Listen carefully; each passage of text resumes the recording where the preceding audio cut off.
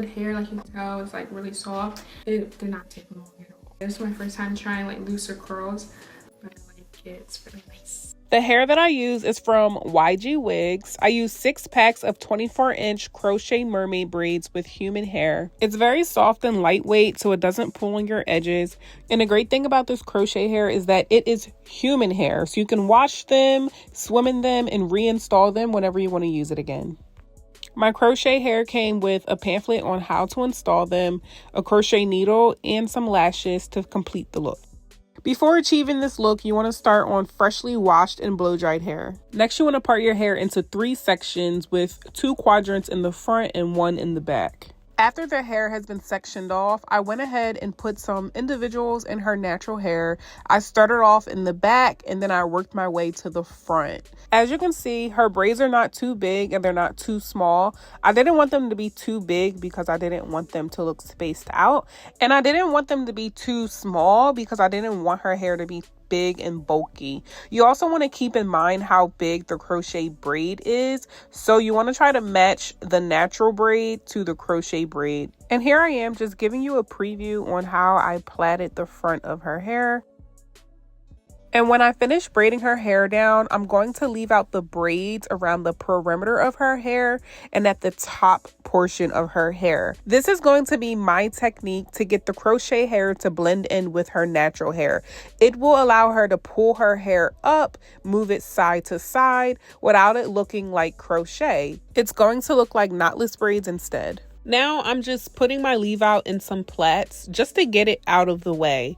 It's not going to stay braided up. This is just to keep it out of the way and so that I do not get it mixed up with the hair that I'm actually going to be braiding down for the crochet part of it. I'm also taking out that top layer of the braids because I want that to be the leave out as well before I continue braiding up the back. Next, you want to take your crochet needle, stick it through your bottom braid and loop the top braid through that bottom braid, and you want to keep going all the way around, working from the top to the bottom. You want to try to keep the braids parallel, even if they are in a brick lay position where all of the braids aren't parallel.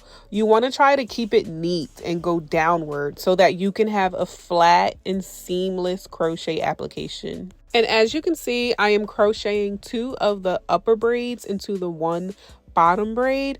This is completely fine as long as it doesn't cause irritation to you or your client. Just make sure that they are completely flat. Once you've crocheted all of the hair, they'll be hanging at the bottom. Next, you're going to start on any side. I'm starting on my left side and I'm just braiding it downwards all the way across the head till I get a little past halfway. After finishing one side, you're going to repeat on the other side.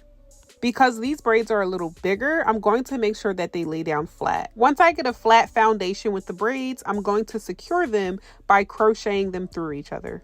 And you're going to repeat on both sides, making sure that the ends are fully tucked in. Aside from the leave out that we have braided up around the front and the perimeter, this is what your crochet foundation is going to look like. Next, you want to unbraid the perimeter. This is where our leave out is going to be, and I'm going to show you exactly how to achieve that knotless braid look and allow it to blend in seamlessly. You're going to grab 1 crochet braid and loop it through one of your braids that is intended for your leave out. After getting it nice and secure, you're going to crochet your natural braid through your crochet braid. And you're going to continue doing that all the way down. Keep going until the end of your natural braid is tucked inside of the crochet braid.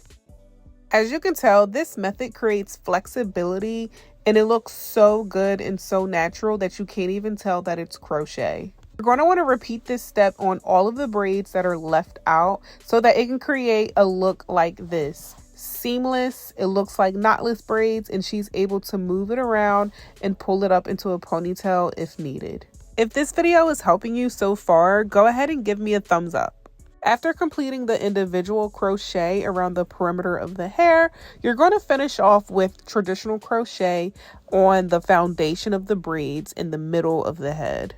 You're going to take a crochet braid and lay it on the center of each box on the head. That way it can give the illusion of box braids instead of crochet braids with no parts in between. To make this style look a little bit fuller like how I did, I went ahead and added some extra crochet braids at the back along that perimeter of where we did that chunkier braid. And I'm also going to add some crochet along the sides as well, just to make it look fuller and make it blend in. As you can see, her hair looks so full and it looks so good, and she's able to move her hair from side to side and lift it up into a ponytail and a bun. The hair that I'm using to achieve this look is linked in the description box below. And if you like this tutorial, go ahead and give me a thumbs up and subscribe to catch more videos like this.